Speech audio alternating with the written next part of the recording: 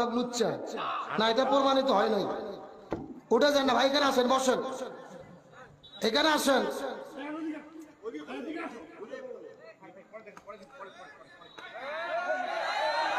আব্দুল সালাম তিনি কোন এক প্রসঙ্গে মাওলানা মামুনুল হক সাহেবের কথা নিয়ে আসছেন। এখন আরে ভাই, আপনি আওয়ামী লীগ করেন, আপনি আওয়ামী লীগের কথা বলবেন, সে বিএনপি করে বিএনপির কথা বলবেন।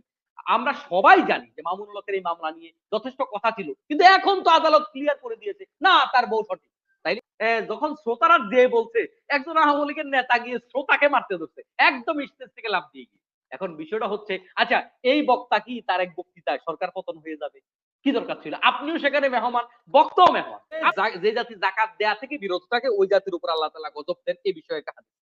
এখন একটা জিনিস খেয়াল করলাম, একজন ভাই, আমি যদিও আইটিতে এত বড় বিশেষজ্ঞ নই, একজন ভাই আমাদের বাংলাদেশ ভারতের আশপাশ সহ যে রাষ্ট্রগুলো আছে এই রাষ্ট্রগুলোর আবহাওয়াটা মানে দেখাচ্ছিলেন, একদম মার্ক করে করে দেখাচ্ছিলেন। এক্ষেত্রে যেটা দেখা গেল সেটা হচ্ছে বাংলাদেশ এবং ভারতের তাপমাত্রা সবচাইতে বেশি, একেবারে কাছাকাছি অন্য কোন রাষ্ট্রের তাপমাত্রা এত বেশি নাই। তো এটা দেখিয়ে তিনি যেটা বললেন, পাশাপাশি মন্তব্য যেটা করলেন সেটা হচ্ছে, আসলে এই তাপমাত্রা কিন্তু একটা জুলুম, অতিমাত্রায় তাপমাত্রা একটা জুলুম। তো আমাদের এই বাংলাদেশ এবং ভারতে জনগণের উপরে সবচাইতে বেশি জুলুম হয়। সে মন্তব্যটা করেছেন, আমি তার মন্তব্যটা জাস্ট কপি করে আপনাদেরকে শোনালাম। আমার মনে হয় এটার সাথে আমরা অনেকে দ্বিমত পোষণ করতে পারবো না, কিংবা আমরা যদি আমাদের স্বার্থের কারণে দ্বিমত পোষণ করিও, জনগণ আমাদের সাথে দ্বিমত পোষণ করবে তখন। তার মানে আমরা মনে হয় আমি ব্যক্তি থেকে শুরু করে, আমি আমার থেকে বলছি, সব জায়গা থেকে বলছি, আমাদের এই সমাজে আমরা জুলুমটা অত্যধিক করে ফেলেছি। এই সমাজে অন্যায় কারা করে আপনি দেখেন, আমরা যারা মুসলিম নামধারী আমরাই অন্যায় করছি। এই যে একজন ভাই একটু রেগে গেছেন, তার রাগার সাথে আমি একমত না। তারপরও তিনি যে একজন আমাদের একজন সম্মানিত আলোচককে কটু কথা বললেন, চোর বললেন, এই বললেন, সে বললেন, এই যে কথাগুলা বললেন, কথাগুলার তো কিছু বাস্তবতা আছে। আমরা সেই জায়গায় গেলাম কেন? আমরা যে আজকে চোখ বুজে অন্যায়কে সমর্থন করে যাচ্ছে, আমাদের বিবেকে বাধে না। দেখেন এটা কিন্তু জুলুম। বিবেকে বাধে না। আমার সামনে আমার দলের, ধরেন আমার কথা বলছি। আমার পীর অন্যায় করছে তাই আমি বলছি না। আমার দলের নেতা অন্যায় করছে তাই আমি বলছি না। তো এটা তো মানুষের বৈশিষ্ট্য না। মানুষ কি হাত পায়ের কারণে মানুষ? না। মানুষ শুধুমাত্র তার বিবেকের কারণে। এখন আমরা আমাদের নিজের বিষয়গুলো যখন আসে, তখন আমরা আসলে একেবারে আমি থেকে শুরু করে, আমি আমার সমালোচনা করছি, আমি থেকে শুরু করে আমাদের মেক্সিমাম মানুষ, বিশেষ করে বাংলাদেশী মানুষ আমরা যারা আছি, আমরা কিন্তু এই বিবেকটা এখন মানে ব্যবহারই করছি না ম্যাক্সিমাম জায়গায়। বিশেষ করে পলিটিক্যাল জায়গাগুলোতে আমার নেতা চুরি করবে, ডাকাতি করবে, দর্শন করবে, যাই করবে, একেবারে আল্লাহর বিরুদ্ধে কথা বলবে, আমি এখানে টক শোতে এসে আমি কিন্তু ঘুরিয়ে পেঁচিয়ে আমি আমার নেতার পক্ষ অবলম্বন করব। এটা কিন্তু একটা মানুষের পরিচয় হতে পারে না। আমি মুসলমানের পরিচয়ের কথা বলি, এটা কিন্তু মানুষের পরিচয় হতে পারে না। মানুষ সেজন্যই মানুষ, যাদের বিবেক আছে। আল্লাহ তাআলা কোরআন শরীফের মধ্যে বলেছেন, লাহুম কুলুবুল লা ইয়াফকাহুনা বিহা ওয়া লাহুম আয়ুনুল লা ইউবসিরুনা বিহা ওয়া লাহুম আযানুল লা ইয়াসমাউনা বিহা উলাইকাল আনআমি বাল হুম আদাল। যাদের চোখ আছে দেখে না, কান আছে শোনে না, বিবেক আছে যারা উপলব্ধি করতে পারে না, তারা মানুষ হতে পারে না, বরং তারা জানোয়ারের চাইতে নিকৃষ্ট। সরাসরি আল্লাহ তাআলা কথাটি বলেছেন। প্রাসঙ্গিক আরেকটা বিষয় যেটা নজরুল আকবর ভাই বলেছেন, কোরআন শরীফে আছে। আমি কথাটা আসলে খেয়াল করিনি। এই যে আসসালাতু মিফতাহুল জান্নাহ, যেটা এটা কোরআন শরীফে নাই, এটা একটা হাদিস, এটা কোরআন শরীফে নাই। আরেকটা বিষয়, তিনি আমাদের ওই যে আমাদের হীরা ভাই জানতে চেয়েছিলেন। হীরা ভাইয়ের বিষয়টা ছিল যে যে জাতি যাকাত দেয়া থেকে বিরত থাকে ওই জাতির উপর আল্লাহ তাআলা গজব দেন, এই বিষয়ে একটা হাদিস।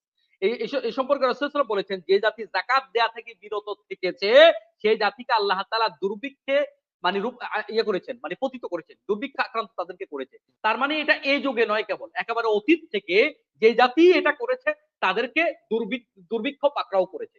এই যে আমাদের, এটা বাইহাকী শরীফের একটা হাদিস, এই যে বর্তমান আমাদের যে এই যে তাপদাহটা, এটা কিন্তু দুর্ভিক্ষের একটা চিহ্ন। কারণ এর মাধ্যমে আমাদের বিভিন্ন ফসল-টসল নষ্ট হয়ে যাবে, আমাদের জনমানবের অনেক ক্ষতি হবে।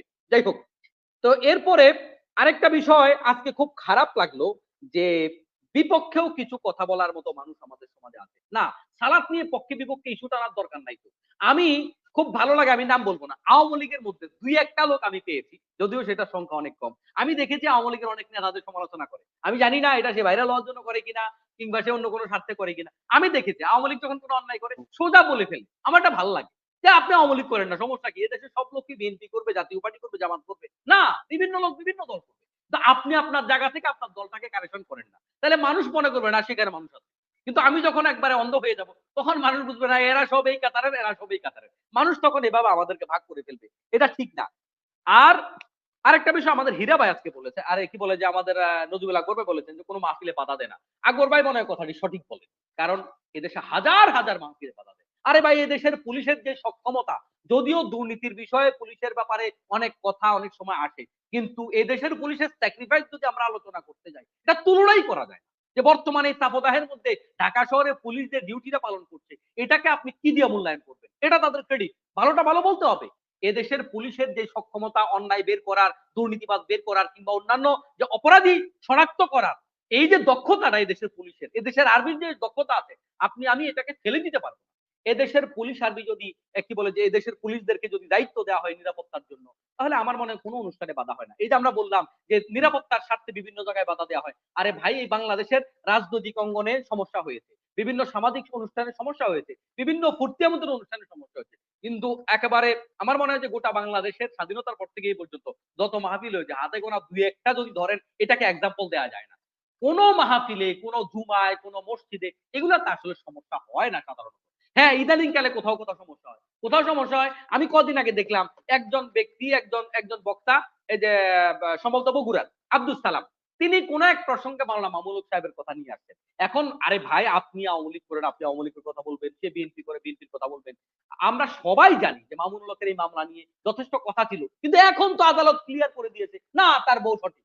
তাইলে এখন এই মুহূর্তে একজন আলেম হয়ে আলেমের পক্ষে কথা বলবে। আপনারা কি সবাই জানেন না এই দেশে হাজার হাজার দুর্নীতিবাজ, হাজার হাজার দর্শনকারী বুক ফুলিয়ে রাস্তায় হাঁটে? এটাকে আমরা জানি না? এটা কে জানে না বলেন তো? তাহলে একজন আলেমকে এত ছোটখাটো ইস্যুতে তাকে দীর্ঘ সময় আটকে রাখা হবে, তাহলে একজন আলেম তার পক্ষে কথা বলবে। ভাই, একজন মুসলিম হিসেবে চিন্তা করেন, এটা খুব স্বাভাবিক। অথচ যখন শ্রোতারা যে বলছে, একজন আওয়ামী লীগের নেতা গিয়ে শ্রোতাকে মারতে ধরছে একদম স্টেজ থেকে লাফ দিয়ে গিয়ে। এখন বিষয়টা হচ্ছে, আচ্ছা, এই বক্তা কি তার এক বক্তৃতায় সরকার পতন হয়ে যাবে? কি দরকার ছিল? আপনিও সেখানে মেহমান, বক্তাও মেহমান। আপনি শৃঙ্খলা বজায় রাখতে পারতেন, আপনিও ভদ্রতার পরিচয় দিতেন, বক্তাও ভদ্রতার পরিচয় দিতেন। আমি বলি না যে কোনো বক্তা বিশৃঙ্খলা করুক, এটা আমিও চাই না। কিন্তু এরপরেও মেহমান হিসেবে যদি আমরা সবার জায়গা থেকে সবাই ভদ্রতা রক্ষা করতাম, তাহলে সেখানে কি বিশৃঙ্খলা হতো? আচ্ছা, আপনি বলেন তো দেখি, বাংলাদেশে যতগুলা মাহফিল হয়, তার 99% মাহফিলে আওয়ামী লীগের নেতাদেরকে মেহমান করা হয়। অস্বীকার করার কোনো সুযোগ নাই। মেহমান না করলে মাহফিল হয় না। এটাই হচ্ছে বাস্তব সত্য কথা। এখন নেতারা যখন মাহফিলে যায়, তারা কি পলিটিক্যাল কথা বলে না?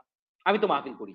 একটা মাহফিলও নাই যেই মাহফিলে আওয়ামী লীগের নেতারা পলিটিক্যাল কথা বলে না। আমি কিন্তু আওয়ামী এমপি কথা বলছি না। আমি জাস্ট বিষয়টা প্রেজেন্ট করছি।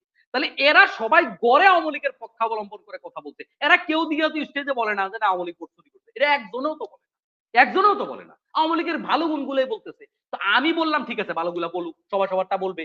তো আওয়ামী লীগের ভাইয়েরা যদি তার ভালো কথাটা বলতে পারেন, তাহলে এটা রাজনীতি হয় না। এটাতে কোনো অসুবিধা নেই। অথচ এটা তো ধর্মীয় প্রোগ্রাম। ধর্মীয় প্রোগ্রামে আপনি রাজনৈতিক বক্তব্য দিলেন কেন? তো আপনার দেয়াতে কোনো সমস্যা হয় নাই। সব হুজুর তো পলিটিক্যাল কথা বলে না। আর ইসলাম তো পলিটিক্যাল মুক্ত না। আপনি ইসলামটা বানাইলে তো হবে না। এখন কোন হুজুরের কোন একটা কথা পলিটিক্যাল কথা চলে আসছে, ওই হুজুর বন্ধ করে দাও, মাহফিল বন্ধ করে দাও। অথচ আপনি আমি এভেইলেবল রাজনৈতিক বক্তব্য দিচ্ছি মাহফিলে গিয়ে। ওতে কোনো সমস্যা নাই। তো এটা কি ইনসাফ হলো ভাই? তাহলে আমাদের এই যে একটা সুন্দর সমাজের জন্য শুনুন, আমাদের সবাইকে এগিয়ে আসা দরকার। ওই যে বললাম, আমরা কানা হয়ে গেলে তখন কিন্তু সুন্দর সমাজ হবে না।